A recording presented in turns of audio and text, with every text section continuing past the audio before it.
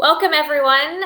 Thanks for joining us tonight. Today, we have Family Houston financial coach Monet Cheney, who's going to be joining us to discuss ways to pay for college and some financial tips for those just starting out. I'm Shelly Long, the manager of communications at Family Houston. And before I introduce our guest, if you have any questions you want us to answer, feel free to just comment below and we'll answer them for you. And now I'm going to just go ahead and jump right in and introduce Monet. Monet has been with Family Houston for over 10 years, and she's a financial coach with us. She has this goal of helping individuals reach their personal financial goals. So Monet, welcome, and thank you for joining me this evening. Hi, thank you for inviting me. So before we get started, kind of diving into some of these questions that I have for you, I want to start off talking a little bit about what the current student loan debt situation looks like. Now, the total amount of student loans outstanding in the US has surpassed over $1.5 trillion. That is unreal to me. It's the second largest form of debt outstanding by consumers, and it's exceeded only by mortgage debt. And more than over 1 million student loan borrowers default annually on their loans, and only 57% are current on their payments. So that's just a lot of debt for student loans. And I think a lot of people, Monet, think that that's the only way they can get through college. And I'm not to say that student loans aren't a wonderful tool and something that we all, many people can utilize, but I think there's ways you can maybe show us how to do it responsibly and some other options that someone could look into. So after looking at those questions, my first one for you, Monet, is it even possible to get through college without student or personal loans? Yes, it can be difficult for some students based on the school choice and their career goals, but there are school options in Texas that are offering free tuition to students for community college programs and universities. Students can research these options and see if their family income qualifies them for those programs. I will actually cover some additional ways to help alleviate the financial burden of paying for college later. Okay, well, I think we can all be looking forward to that. Well, I guess we'll just jump into that then. What are some ways that individuals can go to college without ending up in thousands upon thousands of dollars of debt?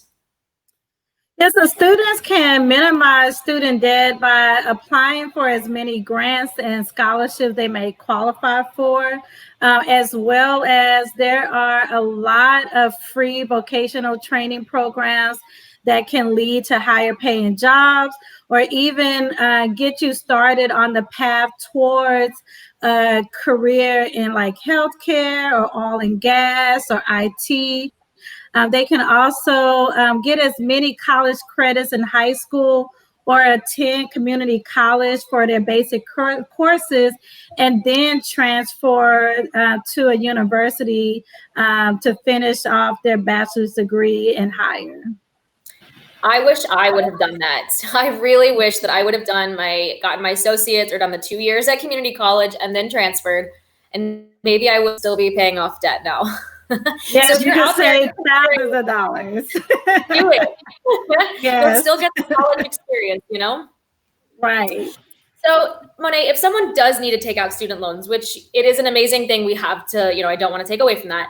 What are some things someone could be aware of and can plan for to help make that a little more seamless and easier to handle?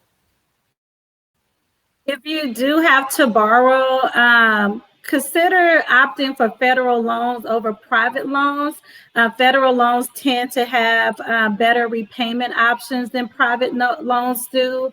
Only borrow what you need to cover for tuition and supplies. Try not to borrow more than you can afford to pay back. Always keep close track of your loans before and after graduation, because you don't want that loan information to get lost or get transferred and somehow you get behind on your payments when it's time to pay. If you have to have a cosigner, have a frank discussion with your cosigner about who is responsible for that payment. once the repayment period starts. And also understand that co-signing means both parties on that loan are legally responsible for that debt, and their credit history can be affected. But doesn't mean you can't not pay your student loans and expect your parents to. Right. So if you don't pay your student loans, if your parents do not pay the student loans, then both parties' credit can be affected with poor credit history, and it can affect your credit score. Know your loan terms. Anytime you're applying for student loans, understand what the terms are up front. Ask as many questions as possible to the loan servicer. So then you'll know that once it's time to pay, understanding what your interest rates are, understanding if they're unsubsidized or subsidized. So ask as many questions as possible when you're applying for loans. And then understand that most loans require repayment 6 months after graduation, or if you withdraw from school. So if you stop going to school 6 months after you withdraw from school, you'll have to start paying your student loans. If possible, save money as much as possible, make on-time payments, opt for the auto pay feature so you're never late and you never miss payments. There are some career options that might allow you to have loan forgiveness. So look into those options to see if you qualify for loan forgiveness after so many payments. Okay. And then also make use of student loan interest deductions as well. I see that come up on my taxes every year, and I'm like, okay, there's something good coming out of these. Yes, you have to be paying on your student loans to make use of that as well. And I forgot about income-based payments. Federal loans make it possible for you to afford to make payments every month. So you have to reach out to your loan servicer to see what options they have based on your income. And I want to say, like, this sounds probably, overwhelming and complicated to a lot of people. So obviously Monet knows what she's talking about. So if you need help with this, we can help kind of look through the options and see what's best for you. So you can contact Family Houston financial coach and work through even with Monet about how to do this. And she can help explain some things. She knows her stuff very well. She gives me tips all the time. Monet, do you have anything else you want to add about student loans or ways to pay for college before we jump over to some budgeting and financial tips? Actually, I think we covered all the important parts. Awesome. So then let's just jump over to finances. I just have a couple of questions. What are some things young adults and new graduates can do to start off on the right foot in the world with their finances? So just a few options is open a bank account and have a checking and savings account. Make sure you have a savings account for emergencies and other events in life that you're planning for.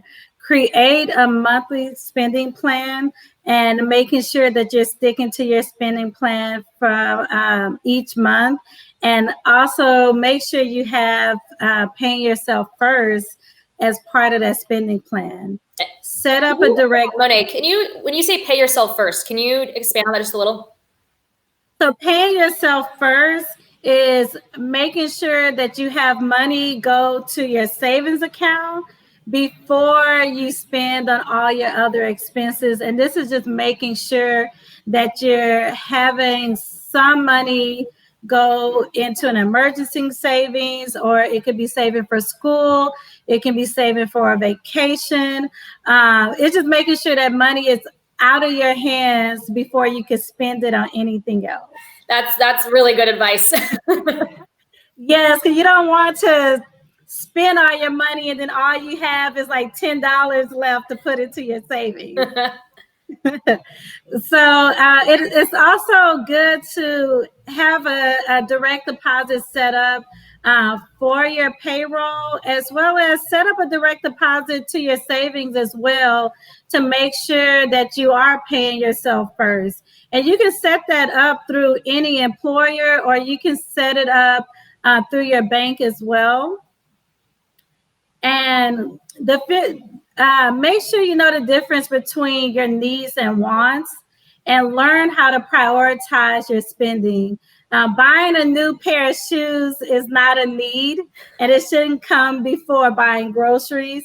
So make sure that you understand how to prioritize between your needs and your wants. Now, buying fall candles is a need, Monet. Bath and Body Works have some really good ones right now. But you have to check out their sales. But just make sure it fits into your spending plan. All right, I will. Develop a plan to address any high interest debts. If you have credit card debts, personal loans, even a vehicle loan, make sure that you have a debt management plan to address any high interest debts that you have, so you can save as much money on interest as possible. Begin building an emergency fund as soon as possible. It's good to have a small emergency fund of about $1,000 or $2,000 for those little small emergencies, like if it's a medical emergency or a car repair. And then also working towards a larger emergency fund of 3 to 6 months of expenses in case of a job loss, or if there's a medical emergency where your income is drastically reduced.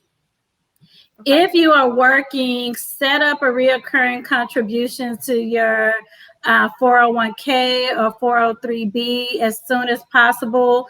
Try to contribute as much as your employer would match to maximize your retirement savings. If you're not working or you're self-employed, look into retirement options through a financial advisor or through your bank.